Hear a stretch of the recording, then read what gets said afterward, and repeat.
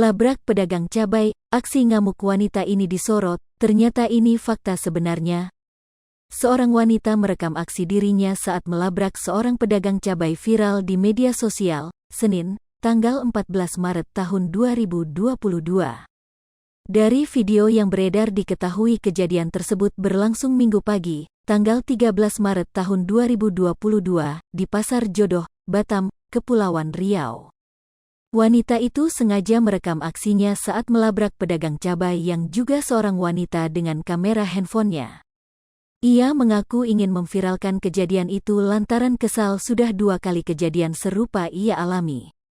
Ibu-ibu memarahi penjual cabai karena timbangan kurang, diduga pedagang bermain curang, hal itulah yang membuatnya meradang.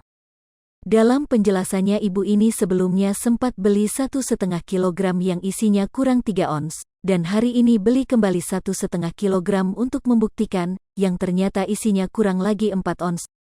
Pedagang wanita itu tampak terdiam, hanya seorang pria yang membantu kembali melayani emak-emak itu dengan menimbang ulang cabai yang dibelinya. Namun, pembeli yang ada di lapak pedagang itu meminta agar si wanita berbicara baik-baik. "Gak bisa, sudah 2 kali saya begini," tegasnya. Sedikit informasi bahwa mengurangi timbangan takaran adalah salah satu bentuk praktik pencurian milik orang lain, bukan untuk ditiru. Warganet ikut pula mengomentari video yang viral di media sosial tersebut. "Dia agak mikir apa ya kalau kayak gini dosa? Duitnya nanti buat beli beras dimakan keluarga. Ngenes," tulis akun @Cynthia_Atevani. "Gak ada takut-takutnya ngurangin timbangan pas jualan," tulis akun Sandiaga.